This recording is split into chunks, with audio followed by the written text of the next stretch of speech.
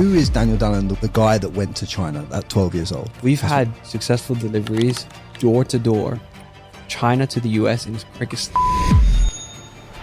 working 7 days a week from 9 to 9. 一杯卡布。对，一杯卡布。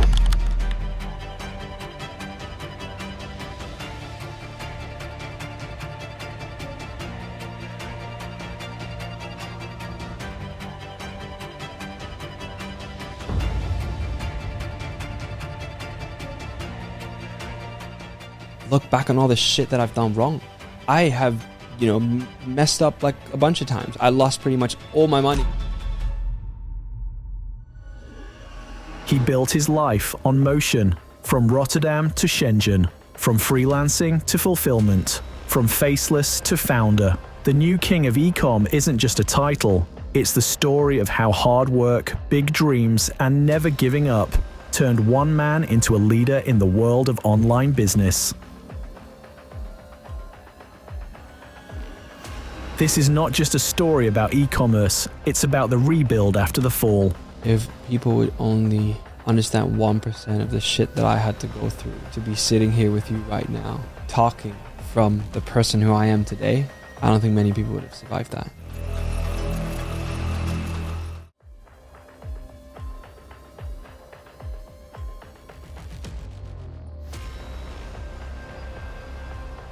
I have lived in Africa, I've lived in South America, in the US itself, the Middle East, different places in Asia, and nothing even comes close to how the Chinese think, how they move, how they speak, and how they operate as a country. Before the viral videos, before the Mandarin fluency and seven-figure businesses, there was just a boy from a quiet corner of the Netherlands, a misfit, always moving, always rebuilding. He was born in Rotterdam, but his childhood played out across the world. From Rotterdam to Spain, from Spain to Amsterdam, from Amsterdam to China. He just kept on moving, switching homes like most kids switch sneakers, only his came with new schools, new languages, and no choice. Daniel grew up packing boxes, not just for his father's business, but for every new beginning.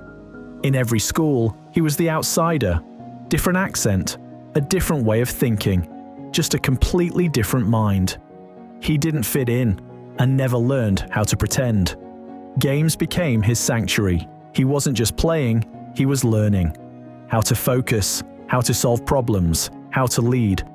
Hours alone turned into learning moments. Maybe it was just gaming back then, but later that foundation would prove powerful. The hours spent in digital worlds became the base for real-world skills, editing short clips, making designs for fun, picking up English just by listening to teammates in his headset. His father, a product designer, was his foundation and the one who held the blueprint. A man who walked away from big money when it didn't align with his values. Daniel watched how doing the right thing often came with a price, but he also saw the power of ownership, of building something from scratch.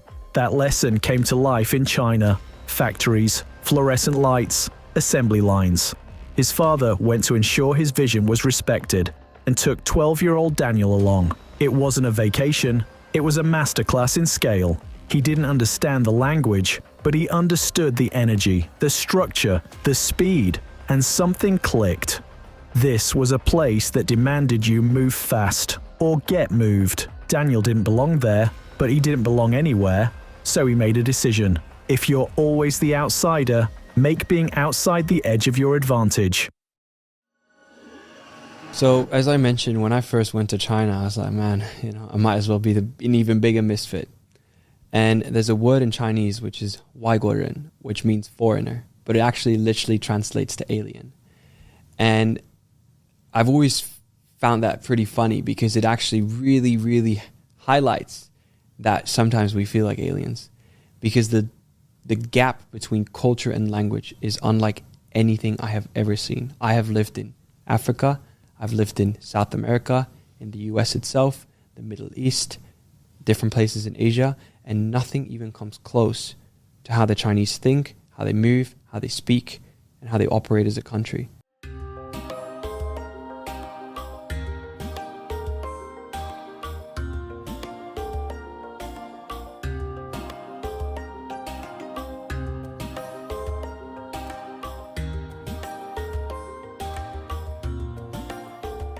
So throughout those years, I ended up going to China and, really developing interest in the language, the culture, the way they do things, and ultimately also realizing how valuable and of how much impact that actual, like the learnings that I've got on that side of the world are for everything around that side of the world. And that's, kind of like how my story started, where I was really just growing up in China, pretty lonely, and started freelancing from there on.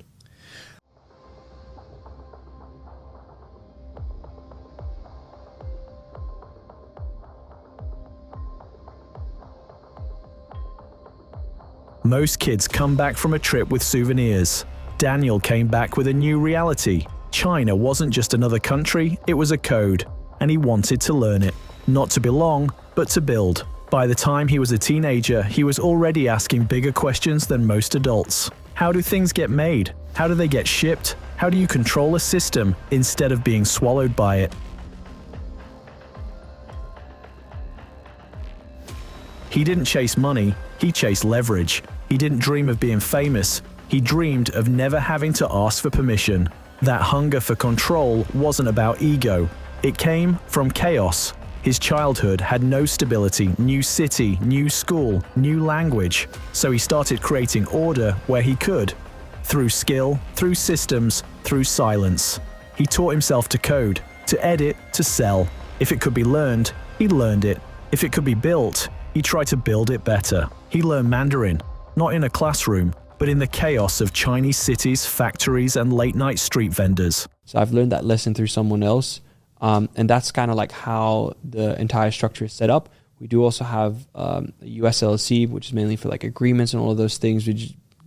But I'm based in Asia, Vince is based in Dubai, and that's like kind of like what the whole structure looks like. Yeah. That wasn't luck, that was obsession. He didn't want applause, he wanted fluency. In language, in systems, in business. He didn't want a following, he wanted full-stack freedom. Every night, he studied the way products moved. Every morning, he imagined how he could move differently. And slowly, a vision formed. A business with no middlemen. A structure to create brands with no ceiling. And create a life with no compromise. This was never about quick wins. This was about designing his own operating system and controlling every variable. But when you're obsessed with control, life finds a way to test what happens when you lose it.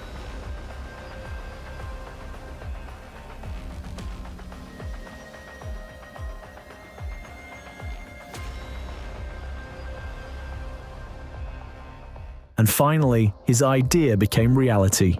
In August 2023, Daniel founded Ecomflow together with fellow entrepreneur Vince Neuhoff.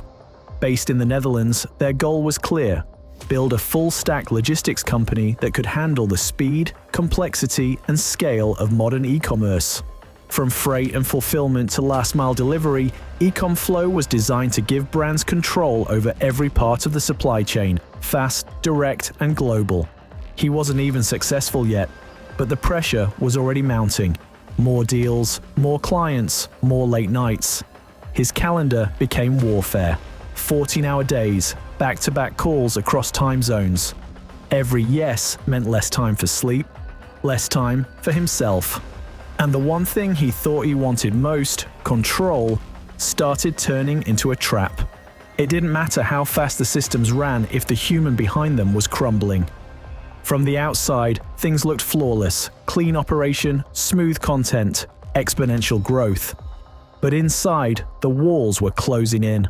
One by one, his team started showing signs of burnout, late responses, emotional breakdowns, missed deliverables. One team member, a single mom, nearly broke down on a Zoom call. We found out that one of our team members really had a rough time and almost like pretty much broke down because she's a single mom, 3 kids. We paid for a nanny. And that's when it hit him. This wasn't just a business, it was a lifeline. Not only for him, but for the people counting on him. Pressure doesn't scale, but responsibility does. And the more the business grew, the more Daniel shrank. His appetite, his confidence, his clarity. The grind wasn't about passion anymore. It was about survival. His relationships started fading. Calls went unanswered. Birthdays missed. His inner circle narrowed to Slack threads and supply chain dashboards. Then came the real blow. Crypto. A few high-stakes bets. A few wrong alliances. A few moments of greed dressed up as ambition. I lost pretty much all my money when I was about 22, 23 by like making really stupid crypto investments and all of that and like trusting the wrong people. One morning, it was all gone. Months of profits, years of savings, gone in a few clicks. This wasn't just failure, this was ego death. He didn't tell many people, he didn't post, he didn't explain. Because when you've branded yourself as the guy who figured it out, how do you admit you just lost everything? He spent weeks in silence, nights on balconies, mornings writing gratitude lists just to stay grounded.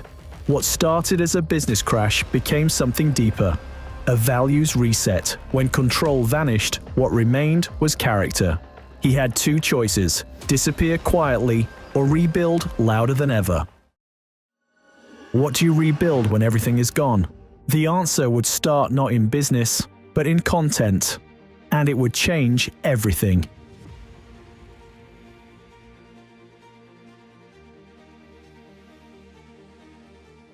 He didn't start with a comeback product, because technically, one was already running. Ecomflow was live, operational. A real company moving real product. But Daniel wasn't. Inside, things weren't flowing at all. Crypto losses, mental fatigue, creative silence.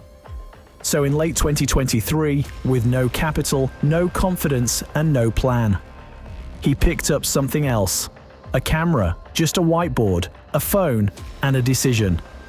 If I can't build in silence anymore, I'll build in public. He mapped out his story, his skills, his identity. The format was simple: a camera, a mission, a moment of truth. It wasn't about how it looked. It was about what it meant. He spoke to the camera the same way he'd spoken to himself in silence, direct, raw, and without filters. And people listened. 10,000 followers became 100,000. Millions of impressions. He wasn't just documenting a journey, he was rebuilding it. And with this new wave of content, people started to notice something. The same glasses, video after video. They weren't just part of his look, they became part of his identity. Comments kept rolling in. Where did you get those? Funny thing, those weren't even his own brand. But he decided to make them better. So Daniel built a business around them. Lens wasn't born in a boardroom, it was born in the comment section. He took everything he knew, sourcing, fulfillment, branding, and launched LENSE. No investors, no hype, just momentum. And with Ecomflow already in place, he had the infrastructure to go global from day one. So he did.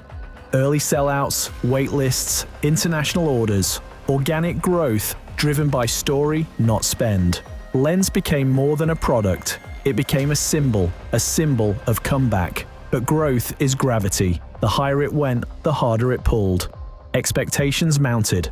Customers wanted faster drops, more models, global support. Now it wasn't just about telling stories, it was about delivering. Fast. From China to doorsteps worldwide. Without delay, without excuses. We've had successful deliveries door to door, from China to the US in as quick as... He streamlined operations, built systems, scaled the back end. But with scale comes strain. He was managing influencers, negotiating freight contracts, monitoring customer support, all while still scripting and recording new videos. He was winning again, but he wasn't resting. Because when you've been burned once, you move fast to stay ahead of the flame. But speed has a price. And just as the system started working, the pressure came back. He'd built something from nothing, twice. But now he faced a different challenge. What do you do when your second act starts to look just like your first burnout? And this time, the answer wouldn't be found in systems, products, or platforms. It would be found in people. Before the money came back, before the orders, before the brand exploded again, Daniel changed something deeper, himself. He started waking up at 5:30 every day. Not to hustle, but to think. 3 things: grateful, present, and intentional. For these last months especially, I've been waking up at around 5:30 every single morning. I write down 3 things that I'm grateful for, and I remind myself of what I want people to remind me for. When Daniel Dalen breathes his last breath, what do I want the people that were close to me, that were around to me, that watch me, remember me for? And that is something that is just such a simple practice that really just allows me to be aware of what's important to me. How do, like if you ask any person, how do you want to be remembered? No one's going to say like, yeah, I want to be remembered like a dick, like someone who's mean to everyone. Maybe there's some people, but I definitely do not want to be known for that. He focused on clarity, loyalty. He built new boundaries, new rules, and slowly a new rhythm emerged. This time, he didn't want to scale faster. He wanted to scale better. Not more revenue, more alignment, not bigger drops, deeper impact. As an assignment for you guys to actually figure out if it's like the 80-20 rule with the revenue, and then before, and then it's like all of us at that time were 21, 22. He was the oldest, he had just turned 27 as well. Because once you've lost it all, you realize what actually matters. And when you realize this, your business will grow. And so did Daniel's. EcomFlow has scaled rapidly, shipping over 100,000 units per year for dozens of brands across Europe and the US. With operational teams in both the Netherlands and Shenzhen, it's become a quiet force in creator-led commerce. And Lens, it's not just a symbol, it's a thriving business. Generating over 10 million euros in annual revenue, the brand has reached thousands of customers globally, all driven by community content and clarity.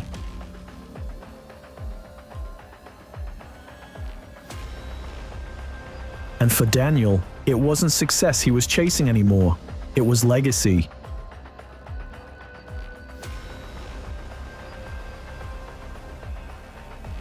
And his content continues to evolve. Less about virality, more about vision. He's still working like he's in the trenches, still building, still figuring it out. But now, he's not doing it to prove something. He's doing it to build something that lasts. Because legacy isn't only what you leave behind when you're gone. It's what you live by while you're still here. Daniel still writes down what he's grateful for, still chooses loyalty, still builds from first principles. He's no longer the kid trying to prove himself in China. He's the man showing others what's possible when you stop chasing noise and start living your truth. And maybe that's the whole point. Daniel is living proof that clarity comes from chaos, that mistakes don't define you, how you respond to them does. If you're 22, 28, or 35 watching this right now, and you feel behind, stuck, unsure, remember this. He started over at 23. No money, no team, just a vision and the will to execute. And today, only 3 years later, he's quietly building an empire. This isn't about glasses, this is about clarity. And maybe that's the real product he's been building all along. I know you're not following what I'm saying anyway, right? That's okay, that doesn't matter. The real question is this: is all this legal? Absolutely fucking not.